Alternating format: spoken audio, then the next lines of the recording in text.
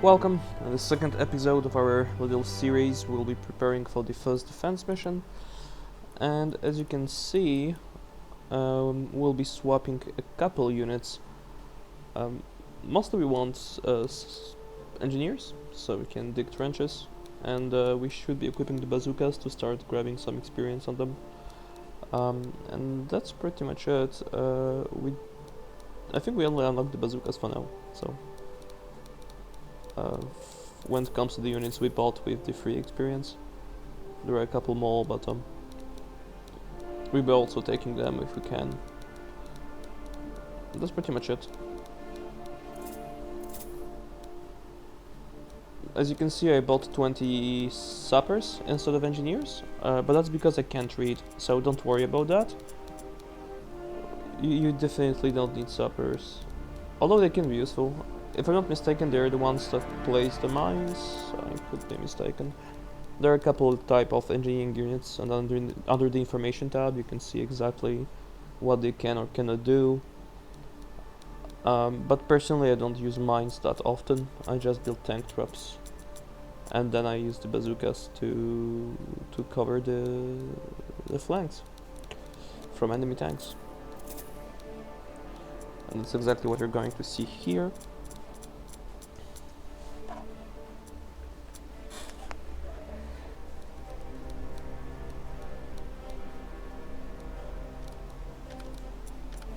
We did receive the collectible units for the first completed mission,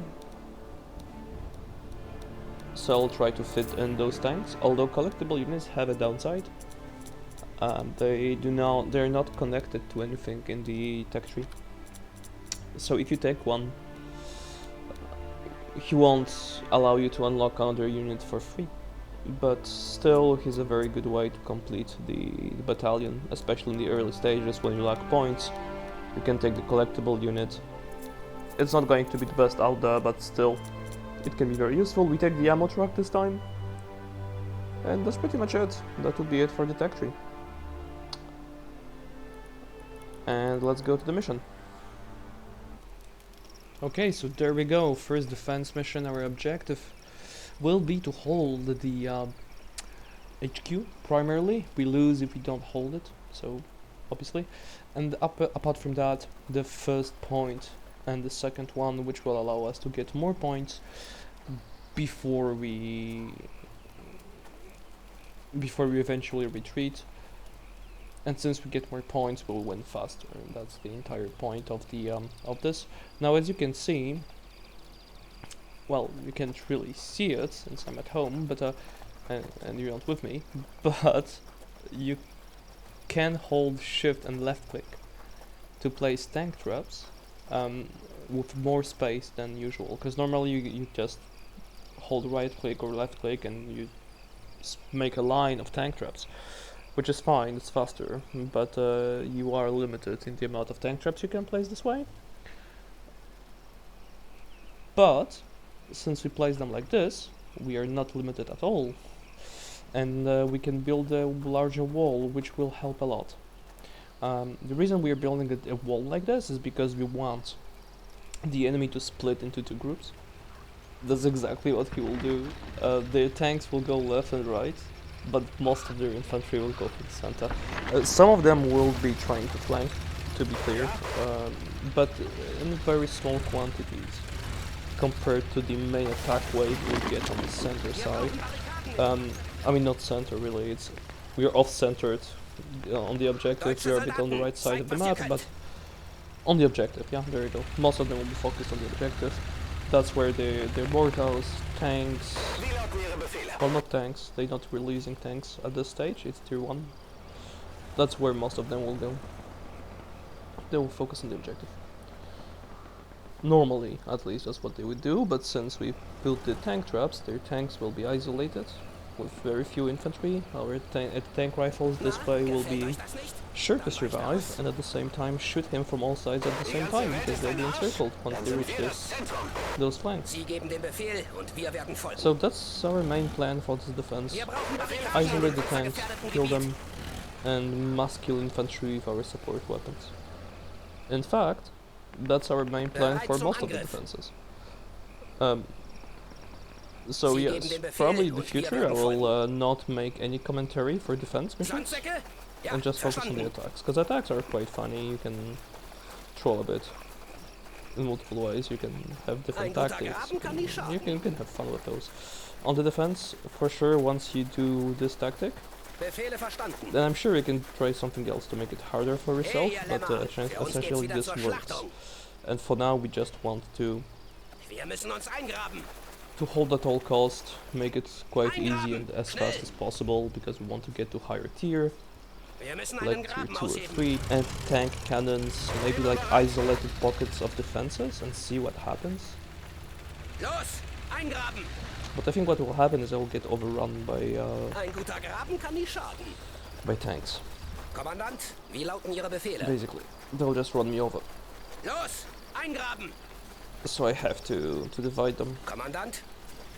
But we'll experiment a bit. I think I'll make those defense missions maybe in a separate playlist or something like this. Try to make them sort of a challenge missions, something like this. I don't know. We'll see. We'll see.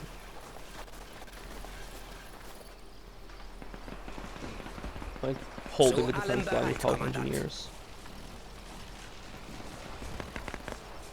But definitely wouldn't be easy at all, by the way. Most of what we see here is just engineers being quite powerful. But yeah. The attack will start very soon, 15 seconds left. We'll place an ammo depot next to the Black 38. This is quite important. They use a lot of ammo when they shoot HEs everywhere, and they will.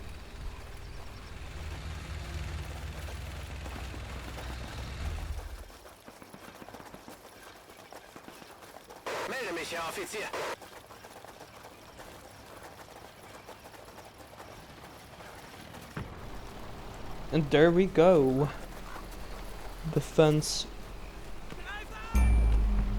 will start pretty much now. The enemy will start attacking. The first echelon isn't that scary on first tier. It's just mostly motorcycles and jeeps supported by mortars, which means they lack a long range key, they lack long range weapons, basically. Simple as that. Für das Vaterland. Ein guter Graben kann nie schaden. This will change very quickly and drastically on the next mission. By the way. They will have M1A1 cannons and Alti. Although I think the M1A1 is tier 3. It doesn't matter. They will have better weapons. The Scots also, I believe, might be a bit more of a problem.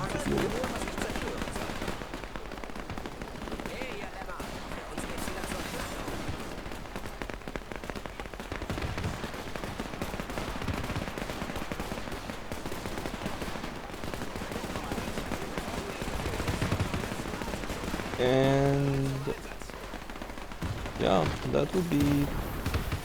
Oh, that's a flare from the enemy. The AI can now use flare guns, and the officer just arrived a bit closer, was on crate level, and just shot at the building. But as the building was fortified, we kinda survived that without any losses, so that's fine.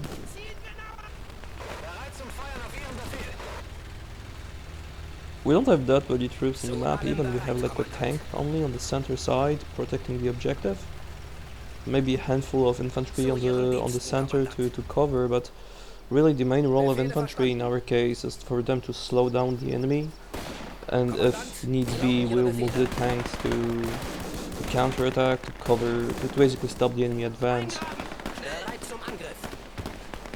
That's our main strategy, since we don't have that many things we can do for now.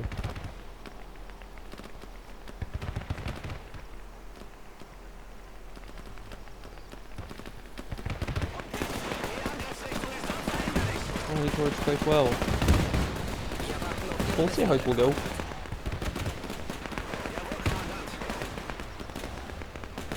Around echelon, around tier 3 missions, tier 4 missions, I'll try to make it a bit more interesting.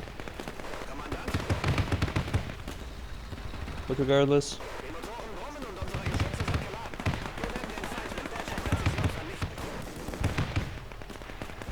now we should be fine. I'll place a bit more of tank traps here on the center point, just to make sure an enemy jeep won't go in and kill everyone. This thus making the tank vulnerable. It's not a realistic fear in the sense they're kinda having problems breaching the first line, let alone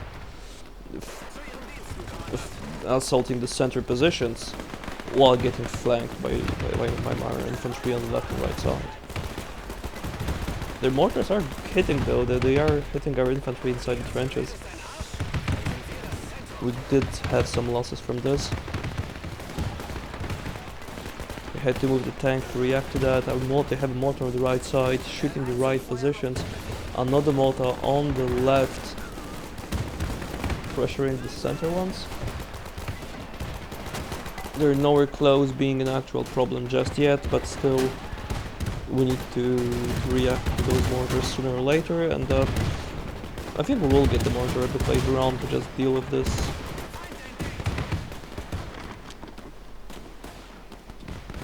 Right now the AI managed to clear the front trenches, so we rely on the buildings and tanks to slow them down while we bring reinforcements. And that's a very important aspect to think of, is how are you going to bring reinforcements to a position if you want to maintain that position. A very good way of doing this is obviously trucks, but we don't get trucks just yet, so we will be relying on trenches rather than mobile warfare, let's say, especially near the defense, obviously. But it will be this mobility of units matters a lot, especially on attacks.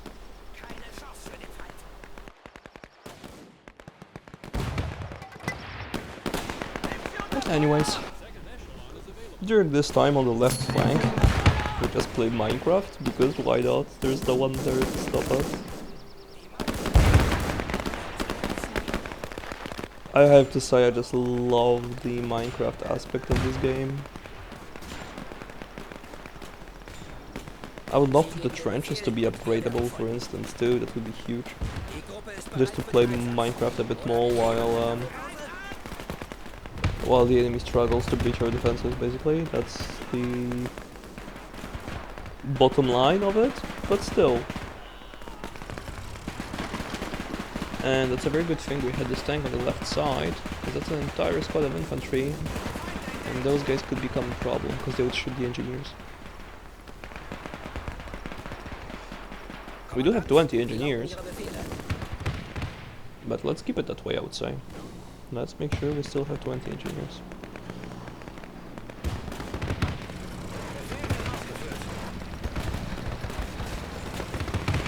And yeah, here we just dodged the plane. We didn't dodge anything, we just got lucky with it, but that was close. Too close to come for comfort. Second echelon started recently, and now the enemy is just attacking us with 4 mortars, a vehicle and 2 infantry squads. They already cleared all the trenches in front. We still doing infantry there, but that's fine. We still have like a full squad of infantry in the building, so.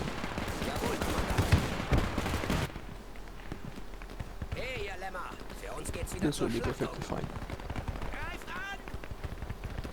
This will be perfectly fine, and we're recapturing the territory on the left side here, just to make sure the enemy infantry doesn't reach again the way it did before.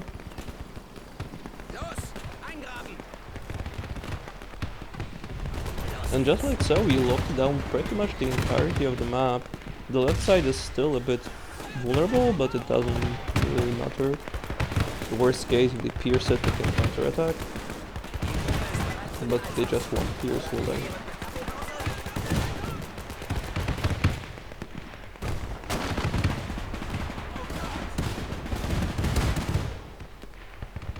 On the other hand, they...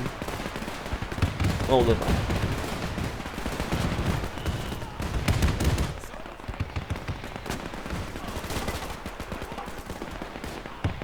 Yeah, I was about to say basically, they are using a lot of troops when you think of it, and I know there are people complaining about the difficulty levels or whatever. So,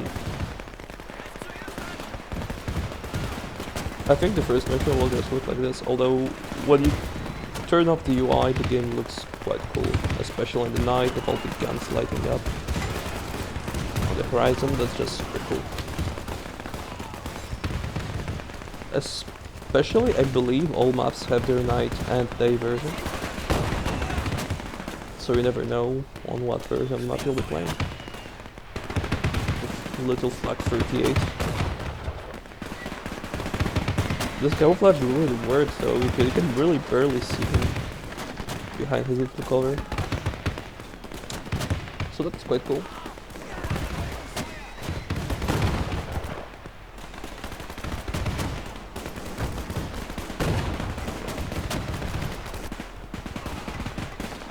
You can see me highlighting silhouettes. The shortcut is V, by the way, for this.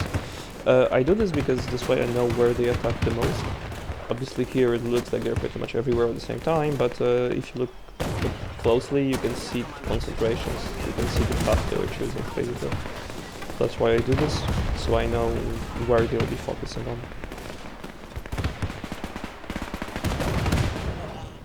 So in this case, yeah, they're coming mostly to the center of the map rather than the right side, but we also have the little arrows to tell us that, so when you think of it, I probably don't even need to do this. I could just look at the arrows.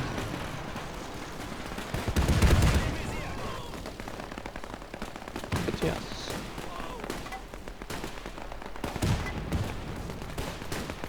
Another infantry squad getting decimated on this road. It's quite important to get to the blue jeeps. They can be dangerous if left alone, even if they look like they're just trolling when they rush here, but a Cal 30 point blank is no joke.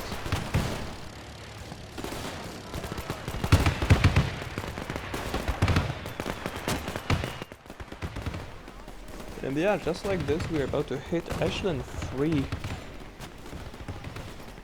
And barely a couple... In a couple minutes, 4 minutes and they're left before Ashland 3, but it won't really matter, thanks to the fact we held the first and second point during the entire game. We will finish the game in I believe a minute, more or less. We'll be at 2500 points, and that's all we need to win. So yeah, that's the advantage of holding the first line. Not even halfway there and we already won.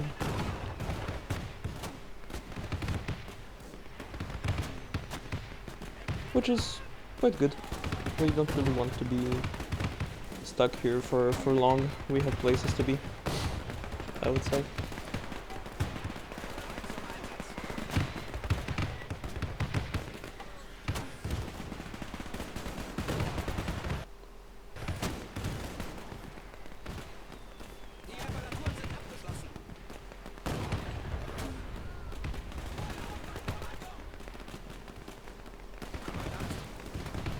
Black 38 absolutely decimating the enemy, and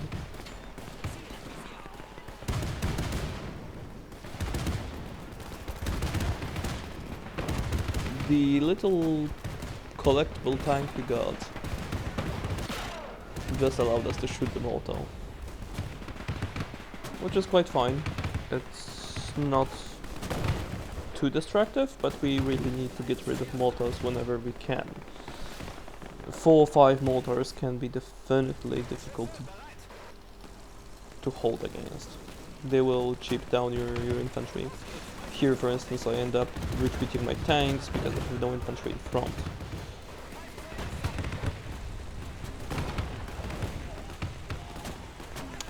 It's not ideal, we don't want to do this, and we had to because we didn't pay attention to the center side.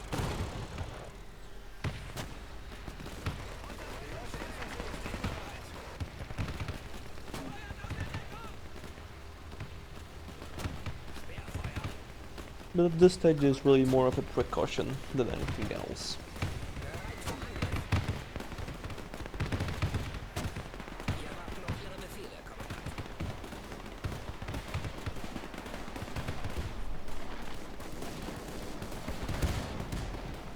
yeah, we managed to secure the trenches on the center. Like, it was a bit hotter than expected for a couple seconds, but that's it.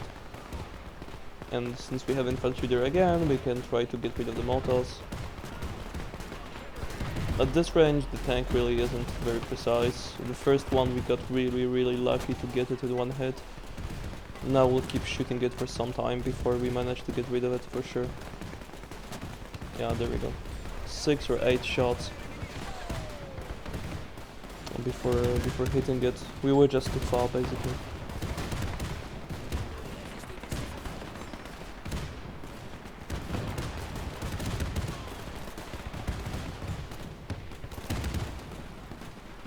By the way, never bunch up infantry like this. Here I realized I had like 6 people in the same trench. On later tiers that's suicide. One shell and you're dead. All of them will die. They need to be spread out. That's why we have a lot of those small trenches rather than one unique system. We don't want to have like one huge system because then infantry moves around automatically within those trenches, which is cool normally because it allows for melee combat. That's why I think they did that. If you get a lot of troops within a huge system, they'll start moving around in it and they'll take out their shovel and they'll fight in melee and it looks cool, but it makes you super vulnerable to artillery basically, because your infantry will bunch up and then they'll die. So we don't really want those huge systems, although they look cool, I have to say.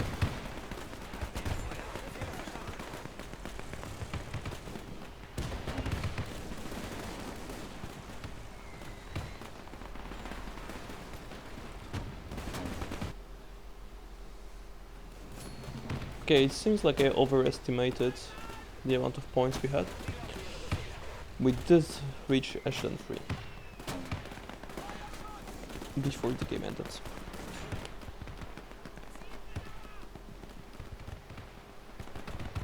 There's really not much to do at this stage. We only can just watch as the enemy crashes against our defenses. We still upkeep the infantry, so we picked up one wounded guy, but that's it. And just like so.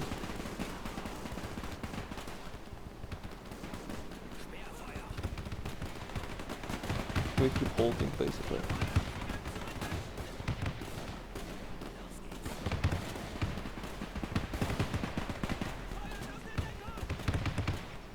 I feel like they should. We would just need basically more defense modes. On the dynamic campaign we have 2 right now, but at least 1 or 2 more would help a lot.